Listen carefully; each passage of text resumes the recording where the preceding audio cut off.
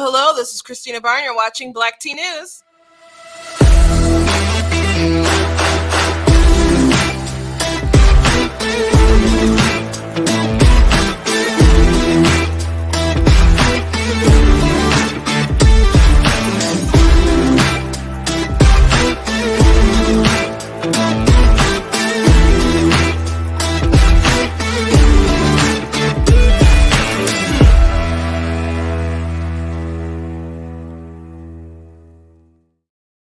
Hello. Welcome to Black Tea News. I'm your host, Christina Barr, and today we're going to be talking about the explosive testimony that's, I don't know, from my side, where I've seen kind of on the interwebs, this testimony from this former lower aide of like the White House, was like the special star witness.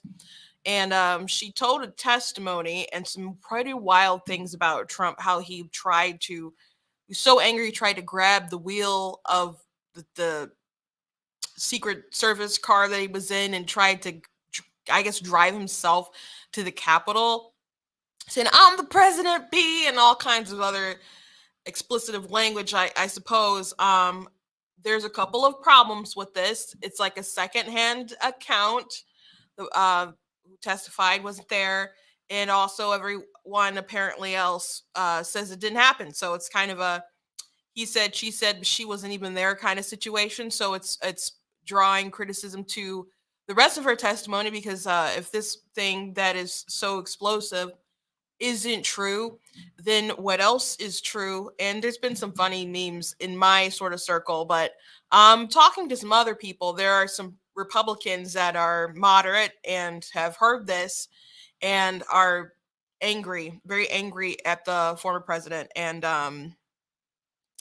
I don't know. I'm going to play that portion of the testimony for you guys, and you guys can judge whether you think that is credible. And then I'll go through some of the people rebutting it, and should you throw out the rest of what she says, because they're clearly pushing some things that are not only contested, but things that they pushed to not even verify, because apparently they didn't even reach out to the Secret Service once they got this rush thing out there. So I've heard people say that they're really appreciative of our due process system and cross-examination on all sorts of other things that we have in our justice system, because these committee hearings aren't about justice. They're about this is clearly an incident where it's about scoring some kind of political gain, and the purpose is to destroy Trump's possibility in running in 2024.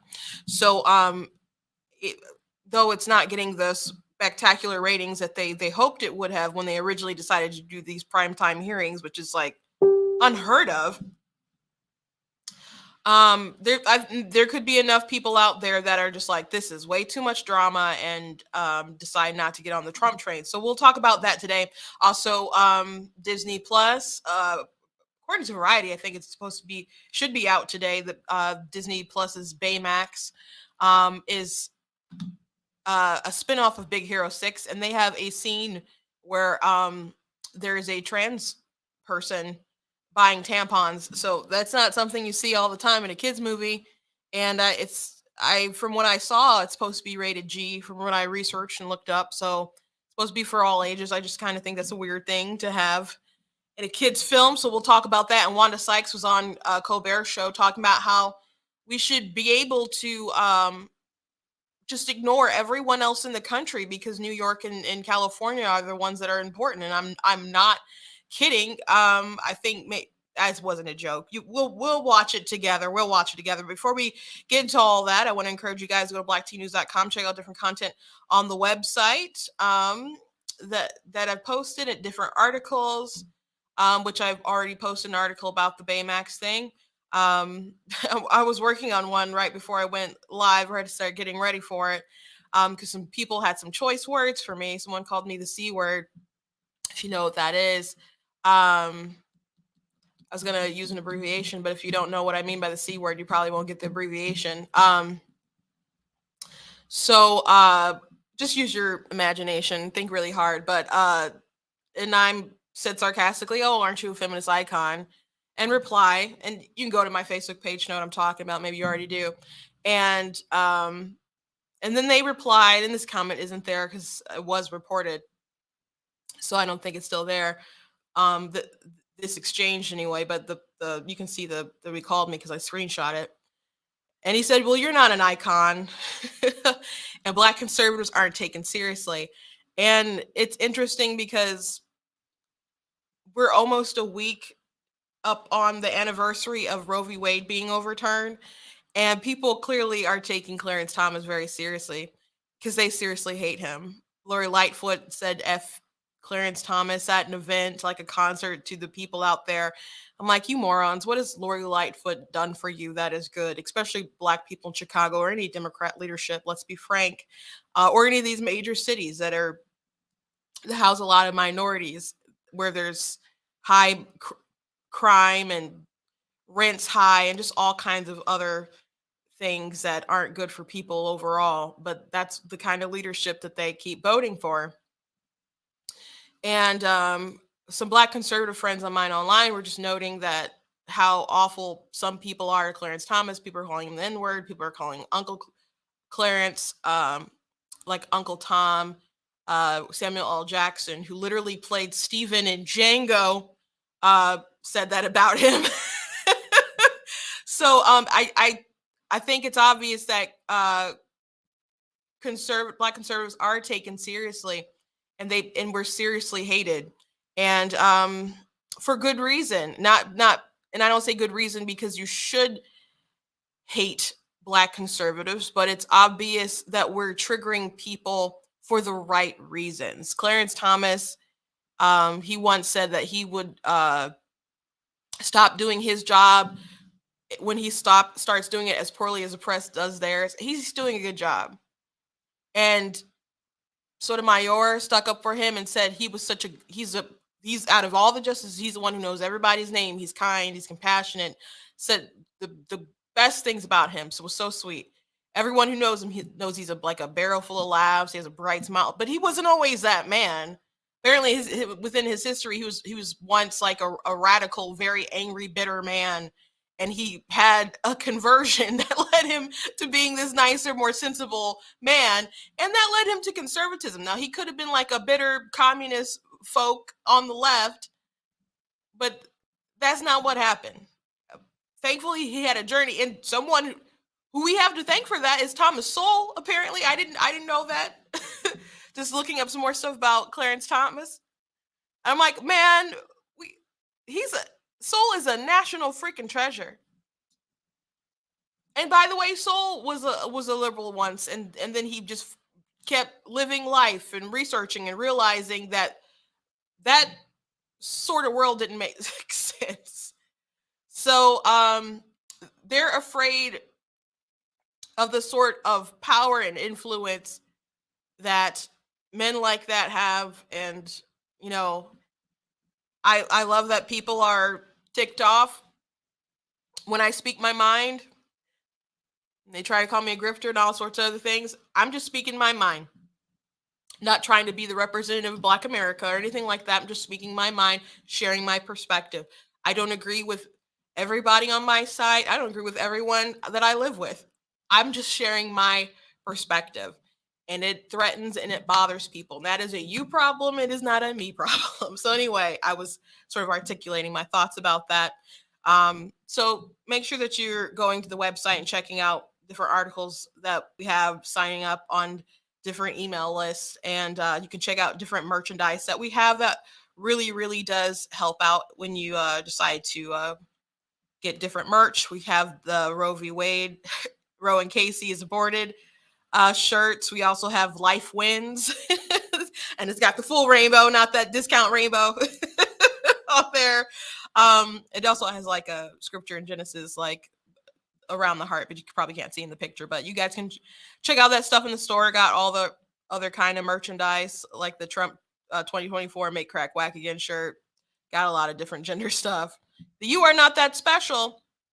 And of course, with 4th of July coming up, you can get this, The Constitution is a Glorious Liberty document shirt with Frederick Douglass from his famous what is 4th of July to a slave, which is actually a fantastic speech. And the left really tries to paint it as if some kind of bitter condemnation on America, but it's not. It's just really a challenge to rise to the occasion to make America live up to the greatness that it's supposed to be. So I've promised that we will go through that, and I promise we will do that before 4th of July. I promise you that we will do that. I want to thank Brighter Michigan PAC. I'm in their studio. If I say something today that triggers you, I don't care. That nobody cares. They just like to uplift conservative voices, and I'm glad to be a part of that. By the way, there is a debate tomorrow night. Very excited with the 5 gubernatorial candidates from Michigan. I will be there. I will be singing the national anthem and also streaming to my channel. It's gonna be like, it's a big deal. The press are gonna be there. Like it's very exciting. It's a very exciting thing for the PAC right now. They're putting on. But if you cannot join, you can watch it on my channel. So you can also watch it from the Brighter Michigan page, but you can watch it. You're a Black Tea. You're already here already, so we'll be streaming that. And if you would like to support Black Tea News, help expand the reach, help us get some different equipment that we need. Want to just, I don't know, sock it to the trolls? You can go ahead and leave a donation at blacktnews.com/donate. Anything you can do to support, whether it's $10, $25, $50, a little bit more, I really, really appreciate it. So let's go on. You guys know that I like to start everything off with a some laughter here. And so I saw this from Right to Bear Memes. I think Grand Old Memes is like his Twitter page, but like the game Grand Theft Auto. So there were so many great memes that people were making like in rapid response. It was just really incredible yesterday. But memes and videos, people transposing Trump's face on like Fast and Furious. It was just really, really funny. But that was the one I decided to show. I think I'm gonna do like a separate video showing a lot of different memes from different things. I know I said that before, but there were so many yesterday, so I didn't play the video that I wanted to show you guys, but I'll probably like post that at some other time because there was some really, really funny stuff the other day. So this testimony, I'll start with just playing her testimony and go from there because there have been some people who have refuted it. So here we go. Once the president had gotten into the vehicle with Bobby, he thought that they were going up to the Capitol, and when Bobby had relayed to him, we're not, we don't have the assets to do it, it's not secure, we're going back to the West Wing. The president had very strong, a very angry response to that. Tony described him as being irate. The president said something to the effect of, "I'm the effing president, take me up to the Capitol now." To which Bobby responded, "Sir, we have to go back to the West Wing." The president reached up towards the front of the vehicle to grab at the steering wheel. Mr. Engel grabbed his arm, said, "Sir, you need to take your hand off the steering wheel. We're going back to the West Wing. We're not going to the Capitol." Mr. Trump then used his free hand to lunge towards Bobby Engel. And when Mr. Renato had recounted this story to me, he had motioned towards his clavicles. So that is the testimony that everyone was saying that was kind of stranger than fiction. So there have been people, again, this was like not a firsthand account of what she witnessed. This is something that she was told happened.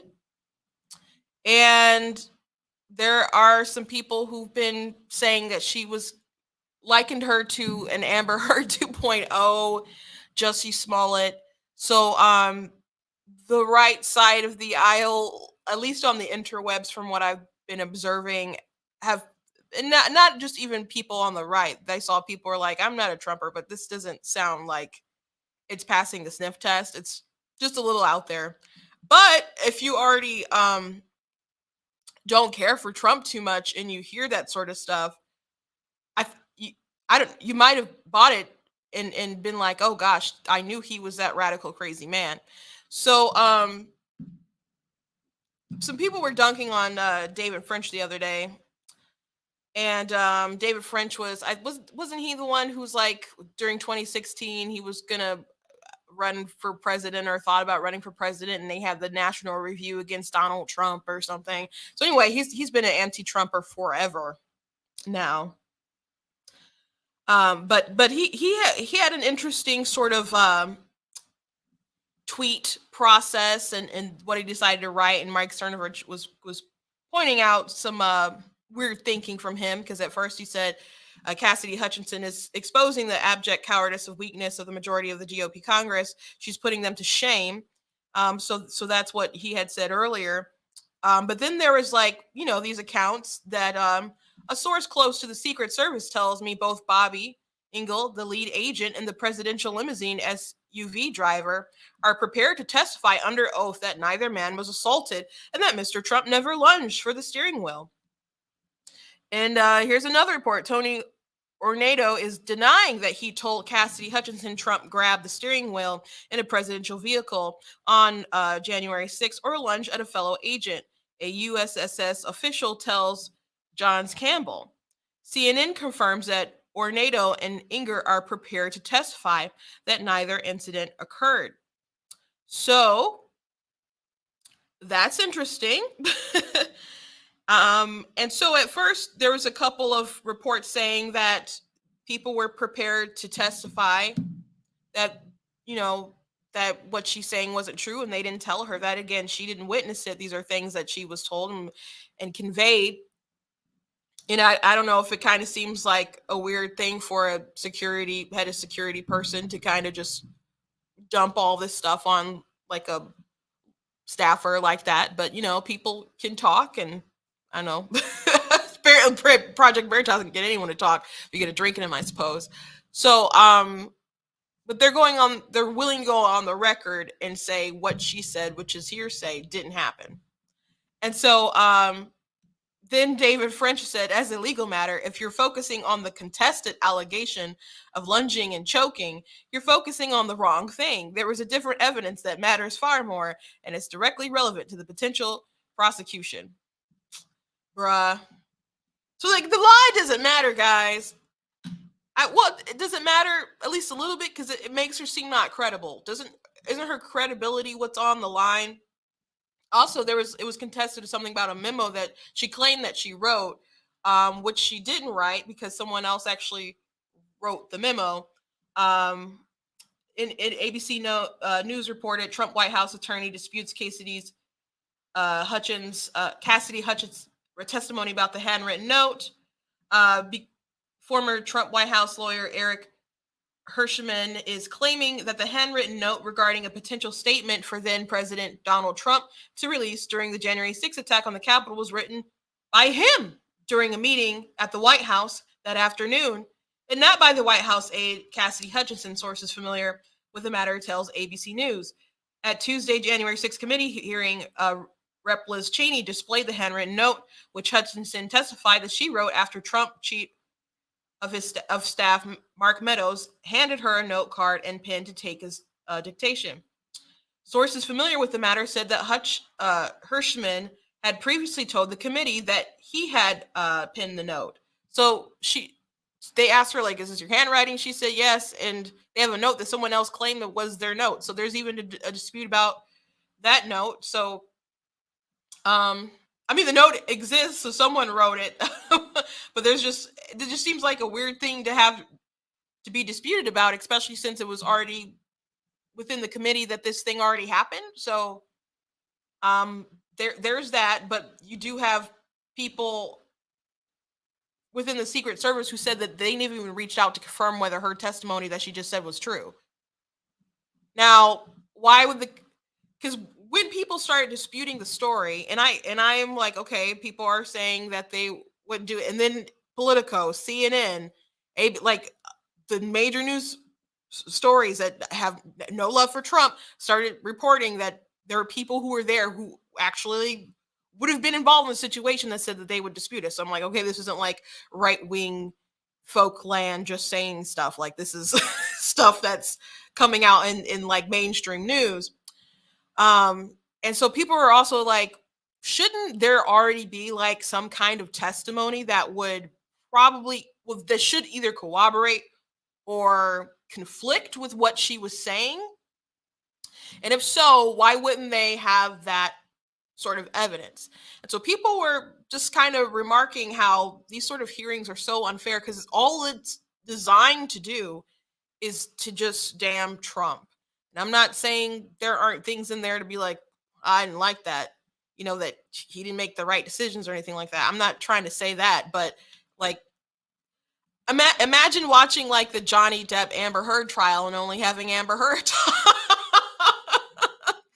you know, and having no sort of not having Camille get up to say anything, not having no sort of cross examination um to sort of defend yourself, or some kind of, I don't know, other side to prove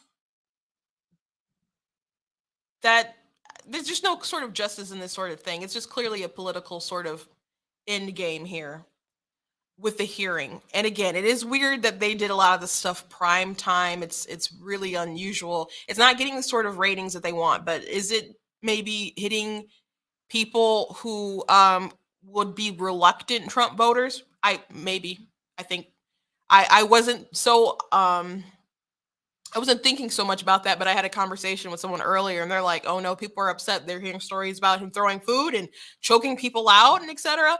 Now,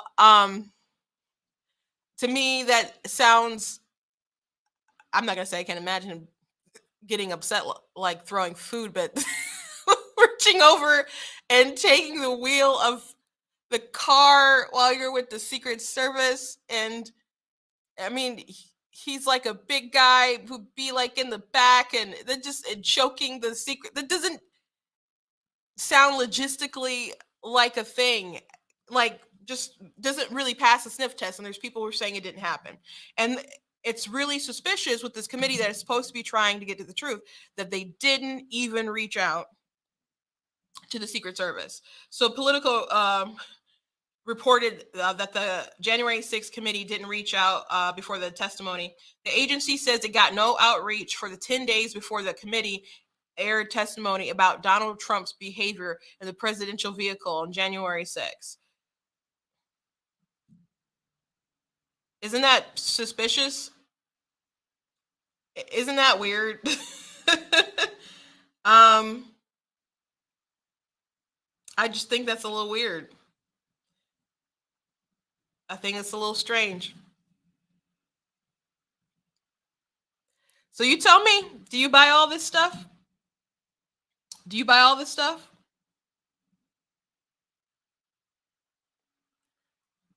Now, I think there's a lot of people who are obviously making memes and think it's funny, and there's people who are like, nah, that doesn't pass the sniff test. However, there are people who already have such um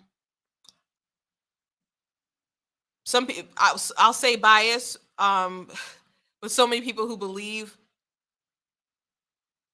the worst about Trump, and some people who are just not into his behavior, which a lot of people aren't anyway, but it's more palatable for them to take this. So they're not as suspicious. Like when stuff first started going down when Trump became president, when you hear things in the press, I'm like, oh my gosh. And then I look and it was a total lie or fabrication. That always sort of, that kind of twisted me to be like, I'm not gonna say it didn't happen. I'm gonna give him the benefit of the doubt and like wait like a day or two to kind of get some more information. And that's how I kind of lived throughout his presidency. I'm like, oh gosh. I'm like, let me get to the bottom of this and let me research, let me find the clip, let me find some context. If there's a headline or something, I don't instinctively just kind of trust it. Or even if someone reports something and it's like a secondhand account or something, like let me dig a little deeper. So I'm not the type of person who would have been like tricked by Donald Trump said that Mexicans are animals. if you recall when that happened. And it was like, no, he didn't say that. He was specifically talking about MS-13 and the sort of stuff that they were doing. And then you had people who were saying, don't call MS-13 animals, they're human beings, how dare you. And I'm like, that is a weird route to go, but you guys do that. Anything for him to be wrong. Anything for him to be wrong. But there are people who even voted for Trump in 2020 who are still like would believe some pretty heinous things. So, for example, I was on a panel. A friend of mine in Ohio was doing a panel at his church, and so I was zooming in, and we were talking about election and voting biblically and all this other kind of stuff. And so someone in the audience who was former military didn't like Trump and was going to vote for Trump. And then, but we started getting into an exchange, and he mentioned, like, I'm not a loser, I'm not a sucker. I'm like, wait a second. I'm like, you believe that Trump said the loser and sucker comment? Now, if you're not familiar with that, the Atlantic put out a hit piece on Donald Trump saying that he called the one reason why he didn't go to this French, this site when he was in France. I think it was on maybe it was around Memorial Day. I can't remember. But he was supposed to go there to say some stuff and have this ceremony for soldiers and stuff who had died. And the whole point of the piece was that Trump didn't want to go because basically he didn't respect them because they were losers and suckers, and he didn't understand why people would serve like that. And if you read the piece in the sort of way that they caricaturized Trump, it was pretty stunning. But if you already have like a bias, I don't know, maybe you'd buy into it. But there was a lot of things wrong with the piece, especially since there was already documentation that proved that wasn't the reason why they didn't go, because of it was like raining and they didn't want to helicopter him in, and logistically they just couldn't get him in and out if something popped off in the way that they wanted. But the next day he was out in the rain at a similar event. So there's just a lot of things that didn't make sense with it. So I actually did write an article debunking the Atlantic's article on it, which includes like the documentation, saying like, hey, this is why we didn't go that day. And there were plenty of Trump people who were there that day who said that didn't happen. And you could take that with a grain of salt since they're all like Trump people. But also there's Bolton, who has no love for Trump now. He has no love for Trump. He was asked about it, and he's like, I certainly didn't hear that. And if that was a thing, I would have written an entire chapter about it in my book. So it was disputed a lot. But this was someone who was going to vote for Trump, who believed that he said that. And I'm just like, no, that didn't happen. It's been debunked. I don't know if it's been widely accepted as debunked, but you can go to blacktnews.com. I certainly debunked it, but there's evidence that it wasn't true.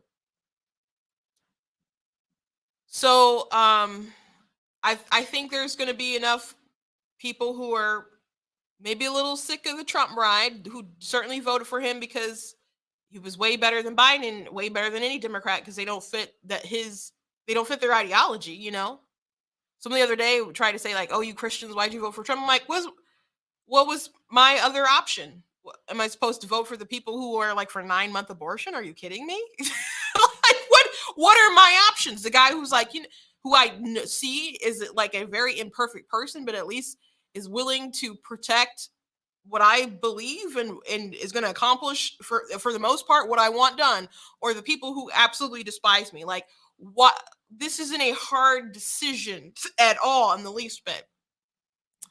But they wanted to punk me out of voting for Trump because they're like, Trump bad. Biden's not a good person. Neither is Hillary. Like, get out with that. And they're not going to do what I want. Just guys, come on. But since we're going into a primary season, I think maybe there's enough people that not a lot of people are watching. And by the way, not a lot of people may perhaps know that people are contradicting this testimony. The point isn't that it's a lie. The point is that they just want it to be effective in what it is. It doesn't even matter if it's not true. The point is it going to get into enough ears to change enough hearts and minds? Like the Atlantic piece, it didn't matter that their whole entire premise was debunked like instantly. Enough people heard it. As a matter of fact, like as soon as it launched pretty late at night, and by the morning time, there were ads and stuff cut the next day. And I'm like, this had to be coordinated a little bit, because not that people can't get together and put something out fast like that. But I just know that when you have to hear about something, then you have to make the content. And then usually when you're part of an organization, you have to get that stuff approved. and then it was like on TV, so you had to get that airtime and all that. It just kind of seemed like it was a coordinated attack, obviously. So it really didn't matter that it wasn't true. That wasn't the point. The point was is the damage being done.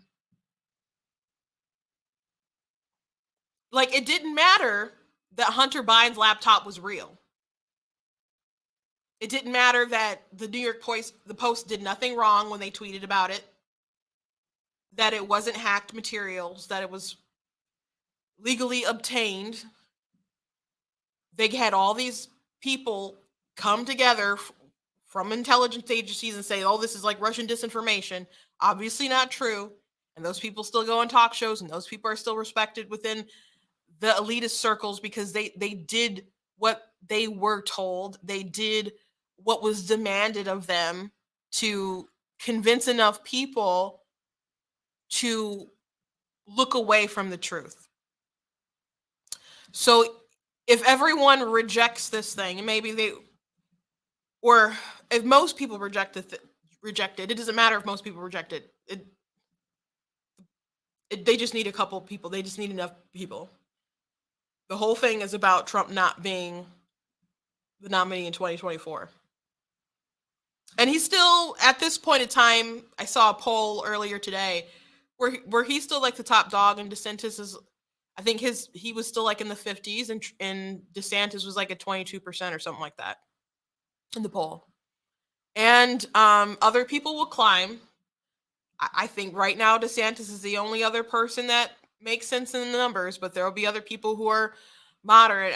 Maybe Kasich will try again. Mike Pence, I'm telling you, is definitely in the conversations of folks.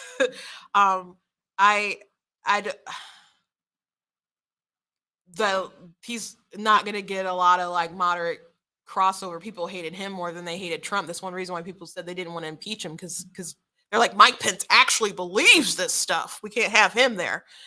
And then there's some really hardcore Trumpers that will never forgive him. So I don't know how that's gonna go down. To me, the biggest opponent, and most likely if Trump isn't the nominee, it would be DeSantis. But it's a long way to go till 2024. It's a long way to go.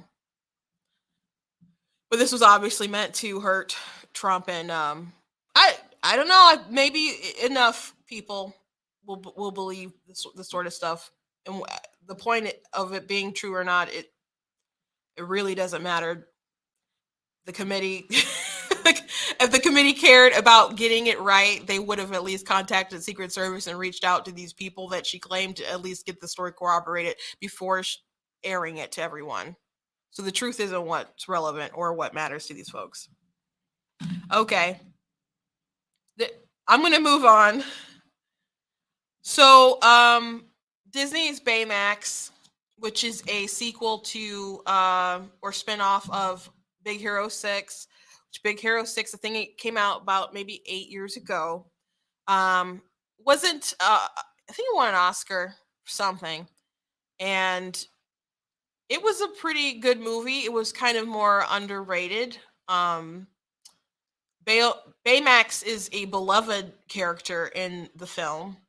And he's like a healthcare robot. He's built by a super genius. He was kind of refashioned to help save the city and stop this other evil tech guy who, did he kill his maker? I think, but his brother ended up inheriting him, this healthcare robot. So he was even in like Kingdom Hearts 3, and I know because I love that series. I totally played it. So I think I hadn't seen that film until I was getting ready to play Kingdom Hearts 3, and I heard they were in it. So I'm like, let me watch it for the context. And it's a pretty good film. Pretty cool. Animation's great. So Disney Plus, which Disney has a not so secretly gay agenda. That's their words, not mine. Literally what's been said. I don't know if they thought that was behind closed doors, but or just to each other and didn't expect all that stuff to get leaked out. But those are the words of the Disney execs that they have a not so secretly gay agenda. So in this kids movie, which I believe is supposed to be for all ages because I think it's rated G, this TV show, they have a masculine presenting person who's in a store who's in a transgender t-shirt with the flag with the pink and the white and the blue, talking about they always use the tampons with the wings. So I'm gonna go ahead and play this clip.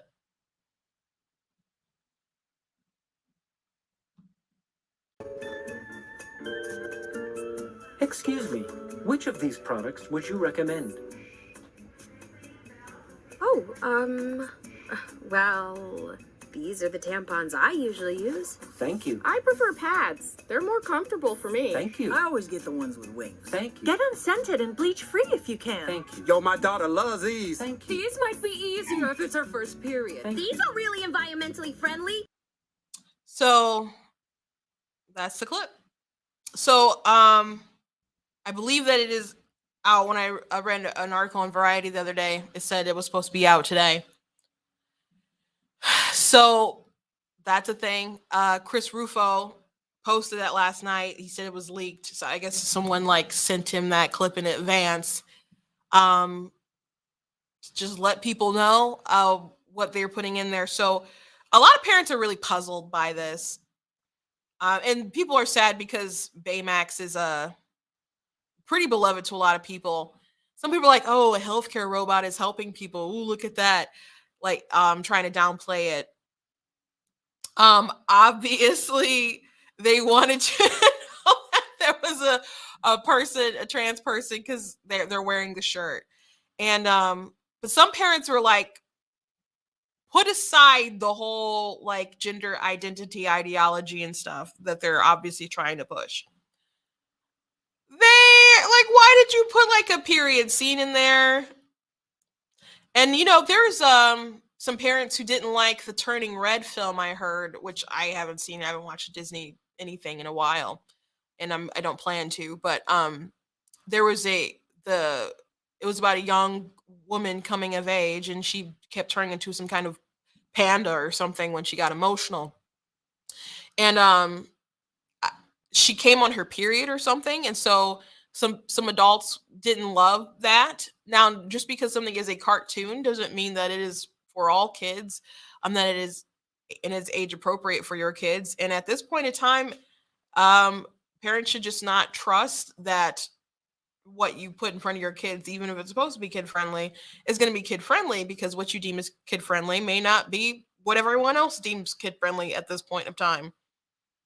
It's just the facts. Because I'm sure these people are aware of the fact that there are parents who know they know that they wouldn't be okay with some of the stuff that they put in there, but they are targeting it for your kids because they want your kids to see it. And they want your kids to become accustomed with it. They want your kids to ask these questions. And when I first started my sort of time, I found amusement in how upset or grossed out my brother would be about it. It was just amusing to me. And my brother, God bless him, he's the only boy, and there are 6 girls. And I'm the third girl, the 4th child. And so by the time I came of age in that sort of way, I was a 3rd girl child, but 4th woman. And he didn't like seeing pads. He didn't like us talking about that kind of stuff. And I just can't imagine why they're like, oh yeah, that'd be a great scene to put in this movie if it's just sort of if the kids were on their minds. Now adults might be like, aha, that's a little bit funny watching it, which I don't think the scene's funny. The scene's not funny. The scene's just like not funny. I mean, humor is subjective. You guys can let me know if you found it funny. I didn't really find it funny. But this character here holding the tampons in the trans shirt, I'm assuming it's supposed to be a female who has transitioned and will always be in trying to transition because you can never become the opposite sex. So if you're a woman and you need pads for your period, your menstrual cycle, you are a woman. So this character said, I always get the ones with wings. So I'm assuming that is supposed to be a woman who identifies as a man who's taken, I I don't know, maybe hormones and other kind of stuff, and still, you know, is having a period and whatnot. So there's a dad in the back who has one. God bless the dad, because my dad like hated when he had to get that stuff. Maybe there was a time or two in his life, but I gotta tell you, if he went to the store, he would not just know what to get. He'd have to make a call, and he definitely wouldn't want to, especially nowadays. He's done it before, but dad of 6 girls. And when women are together, their stuff starts to coordinate a bit. I just don't see the purpose of it for a kids film other than this is what we want to present. And again, I'll keep saying this: Disney is allowed to do that. They are a company that can produce whatever content they want. I'm a content creator. I write, I create books, all sorts of other stuff. I write what I want to write. I want people to enjoy it and to like it, and I enjoy when people enjoy it. But I write because I want to tell a particular story, and this is what Disney wants to tell and to sell to your kids. So I just wanted you to be aware that they are still on a journey to push this sort of stuff. Now, people are asking, like, what is the purpose for this? Chris Rufo, he posted a link with a bunch of, back to his website, that had a bunch of, like, content from stuff that Disney has said, with stuff that Disney wants to push. And there was one high up Disney exec that talked about how she has all these children that are, like, trans and binary, non-binary, and all this kind of other stuff. And it's interesting how many people can be that within, similar ideologies, almost like it's a social contagion, which there's data for that. And the whole premise of Abigail Schreier's Irreversible Damage, people should check out. But since it is a social contagion, I just think people should be concerned that Disney wants it to spread. Gender dysphoria is nothing that you'd want to wish on anybody. I wish people who have it nothing but the best, but there are people who will identify because I see other people identifying as this. There is a pretty viral post, and I guess I'll share it on my Facebook page. But it was of a woman, young woman. She showed her picture like playing football. And so she said, and then she showed a picture of herself today, very like feminine. And so she said when she was a young girl, she liked, very masculine things. She liked to play sports. She even said once that she wanted to chop off her breasts. And so she's like, I'm so glad my parents weren't crazy, because the truth is that she just idolized her brother. And people grow out of that kind of stuff. Like my sister, she's the only one of us that's married right now. She has 4 beautiful babies. Oh my gosh, she makes some good looking kids. I love them to pieces. She used to say, I don't want to be a girly girl. That's what she was. I'm not gonna be a girly girl. I'm gonna be a girly girl. She would play and she was gross. She'd say the gross stuff about boogers and all. I don't know. Like she would say things to like trigger you. And be like, shut up. What are you talking about? And she just like she was just so not sort of feminine. She would wear baggy clothes all the time. And she still likes a good t-shirt, don't get me wrong, but she started, flying up straight, when she started liking a boy or two, and then she, clothes got a little more fitted, started wearing the makeup, doing her hair a little more. My mom always did our hair though, so she started paying more attention to those things, but she lived in a different world. People might not, certainly not us, but I guess other folks might encourage people to go another way. And I hear it all the time from women that they're so happy that they lived in a different time when it was okay to be a tomboy.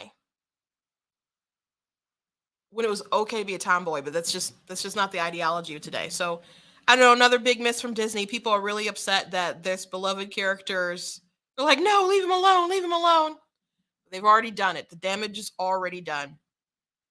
Damage is already done. Last thing I want to show you guys is this video of Wanda Sykes. She was on Stephen Colbert's show, and she really had some choice words about the middle of the country, which I find very interesting because you'll have people like Whoopi Goldberg who will be on The View, and she'll get so mad when they talk about the Hollywood elites, when this video clip just really sums up their attitudes toward people.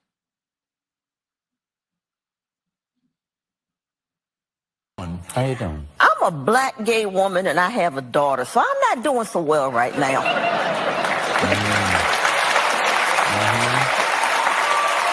I'm a little salty. You're a little salty? I'm a little salty right now. Okay. Yeah. We'll sprinkle a little salt. Yeah. Let's put some flavor on It here. just sucks, man. It really does. I mean, it's like the country, it's no longer a democracy, right? I mean, it's no longer majority rule. Class, what's wrong with that? What did she say that's just utterly terribly wrong? We are not a democracy. The point was never to be majority rule. What's it saying about a democracy is like wolves voting what to have for dinner or something? Wolves and sheep voting for what to have for dinner. Something like that.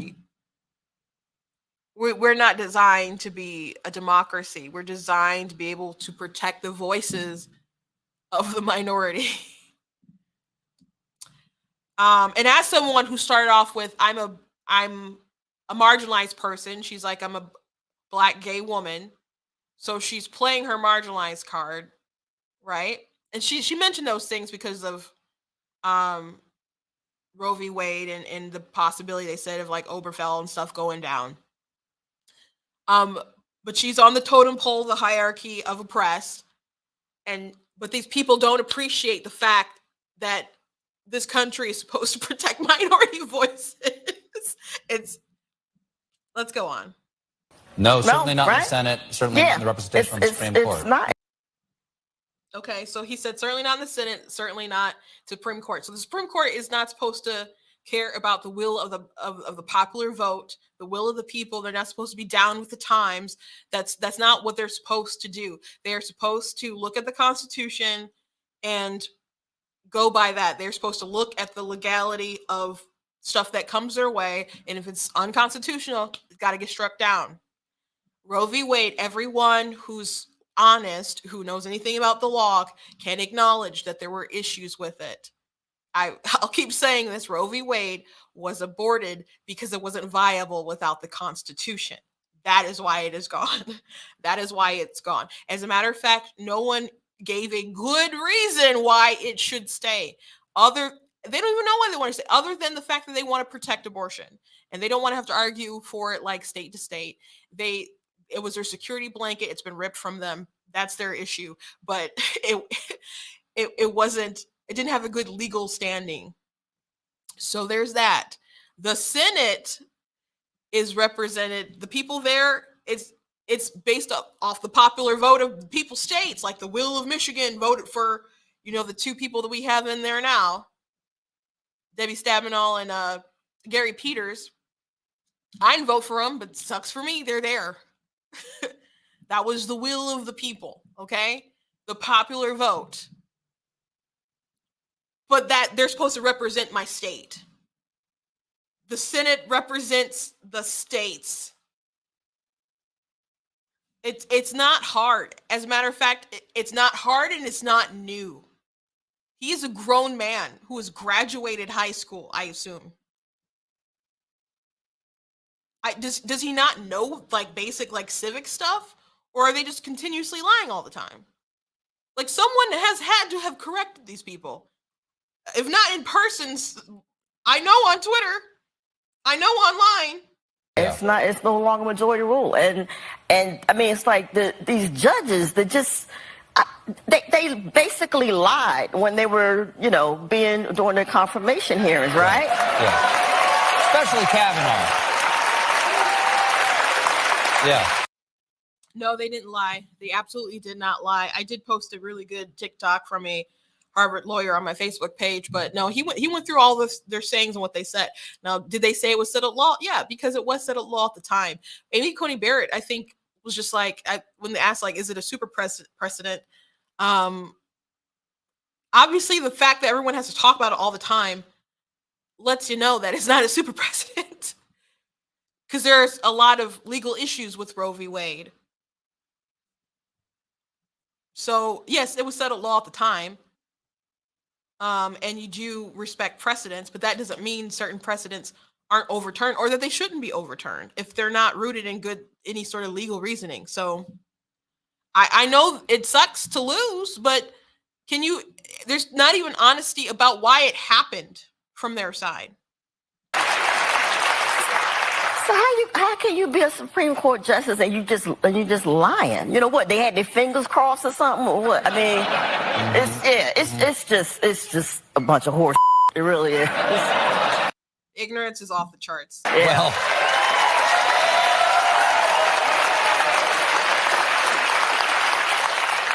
Well, last stand. Go ahead. Well, no, please, ma'am. No, well, to me, it's like the problem is that middle stuff.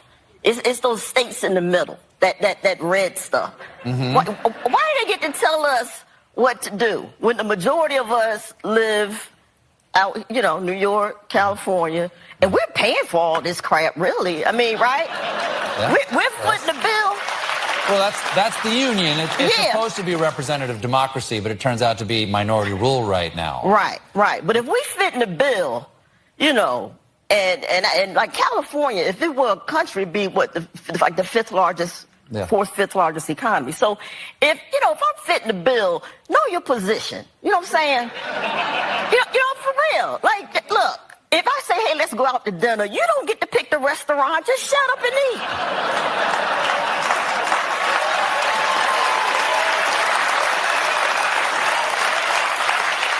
Your last. So, what a great campaign ad, huh? When people want to talk about these Hollywood elitists and how they hate the middle of the country and majority of the country, and even there's a lot of red areas in these very big states, blue red states. There's California, New York. There's a lot of Republicans in New York. There's a lot of Republicans in California. There's just a crap ton of people in those states. And if you look at a map of like where people voted for Trump, 2016, 2020, and look at it by like counties. Look at it by like the counties. You see so much red. There's just like little specks of blue. Now there's largely densely populated areas, of course, in California and New York, mainly New York City and stuff, where there's a lot of people, sure. And one reason why people push for the popular vote is because it's easy to control information when you have so much media doing your bidding. People like Colbert, people networks like CNN, MSNBC, ABC News, like all these folks, if they're willing to push a certain narrative and block certain truths, like the Hunter Biden laptop story, for example, these big particular media markets, you just would concentrate the money there. Like one beautiful thing about the electoral college, yeah, people are who argue against it say that the elections are down to certain swing states and people have to go campaign in these swing states to get people to change their minds. And it's not fair because people aren't like sort of going to all these other parts of the country if need be to, and they'd have to campaign for every single vote if it just went by popular vote. No, it'd be easy to manipulate the masses as much as possible and to block out your opposition. That's why they want to be able to just go by the popular vote. Now, people in certain states, no, you don't really have to campaign to them because they've pretty much made up their minds. They've pretty much made up their mind. California is blue. You know, Florida's very red right now and getting redder. You know, it's not, I guess people still fight for it, but it's becoming less of a swing. Ohio's, you know, considered a swing state, but it's pretty red. Michigan, it has been a battleground for past couple years. There's certain sections that are getting more purple, man. My county's like quite purple right now. Well, it's blue. It's blue, unfortunately. So you go in these areas that are the swing states because there's people there that haven't made up their mind and you're trying to convince the independents. They're just trying to make it so that the people that have already made up their minds in these densely blue areas are the ones who get to override everyone else. And I think back to when I was at the Capitol in Michigan the day that we were voting for the electors, you know, for that to count and stuff. And they did a huge campaign to try to pressure people to change the electors' votes. And there were people who were at the Capitol who were protesting the day that we did that, begging, and people sent letters all over from across the country.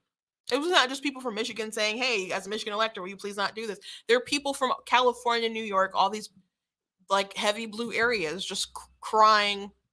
As a matter of fact, people I knew one person I knew who was an elector, they would read their letters in a dramatic sort of reading, and Republicans would laugh. I mean, so none of these people that are hardcore activists, at least in our state. So no one was gonna everywhere pretty much, but I think there was like two defectors, right? I think one person changed their vote from Trump and another person changed their vote from Hillary, maybe two people. But Trump obviously won in 2016, but they were trying to get people to change their mind. And what really struck me was like, I don't understand these people outside don't like it, but this was the popular vote, the will of the Michigan people. I worked very hard for the outcome, so I really didn't appreciate them being there. You win some, you lose some. That's how politics goes, especially when you're within like the system, the game, you know? It's like our team won, your team, and it sucks really bad. I did not enjoy like 2020 night. Like I didn't enjoy that. You know, I didn't enjoy 2018 being in this state, having Whitmer win. I didn't like that. Okay, but sometimes you win, sometimes you lose, and they couldn't accept the results of the election. I didn't forget that. And they're begging, they're crying, singing, we shall overcome. There are more Black people inside of the Capitol supporting the electoral votes going through than there were for the protesters outside. That was a very white room outside, man. As they butchered, we shall overcome. Begging us to ignore the will of Michigan voters. To what? To let California and New York rule? And you know what? We have representatives like Brenda Lawrence, she's retiring. But I heard her say that she supports a popular vote. If you have any sort of representative that says that we shouldn't go by electoral college and we should go by popular vote, unless you're like living in New York and California, that makes sense for you. But if you're like living in like Michigan or someplace like that, you're basically saying we would like the rest of the country to cancel out what we say. You should not have them in office. I don't care if they're Republican or a Democrat. You should try to get them out because they don't want their own state to be represented. You should try to vote them out. So anyway, Hollywood elitists who don't like middle Americans, who don't like flyover country, as they call it, who think the people in red are demons and they only want to live in their own bubble. And then they're like, oh, why do they hate us? Because it's clear that you hate us. I don't really hate anybody, but there's a lot of people I certainly don't like, especially if you deserve it. Anyway, that is a show for today. I hope you guys enjoyed that.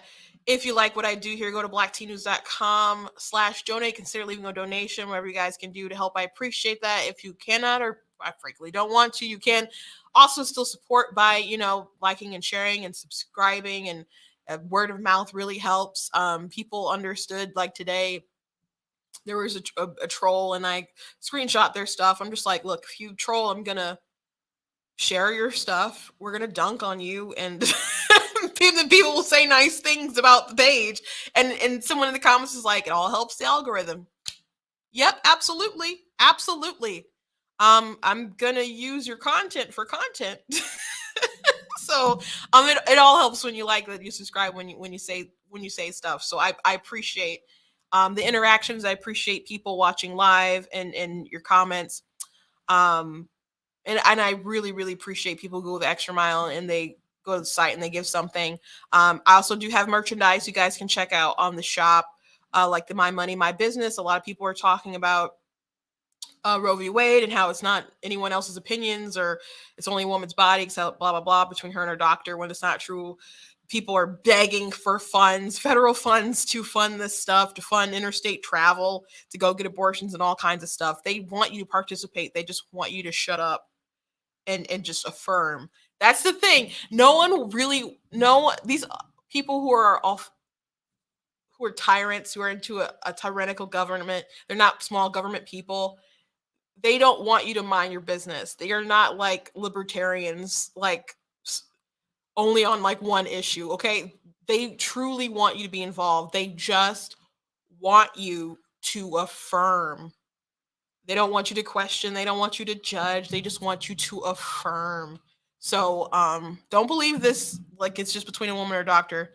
They want you to pay for it. And if you get in the way and you won't pay for their contraception, like Little Sisters of the Poor or Hobby Lobby, they're going to take you to court. That's what they do. That's what they do. All right, tomorrow I will not be streaming live, but there will be something that will be playing. I will be getting ready for the debate tomorrow with the 5 governor candidates, and so it should be fun. You can watch the stream from the Black T News channel. Barring yes, Wi-Fi and everything is fine, but I'll see you guys tomorrow-ish, but I will definitely see you guys live Friday at 4 p.m. Eastern time. God bless you guys.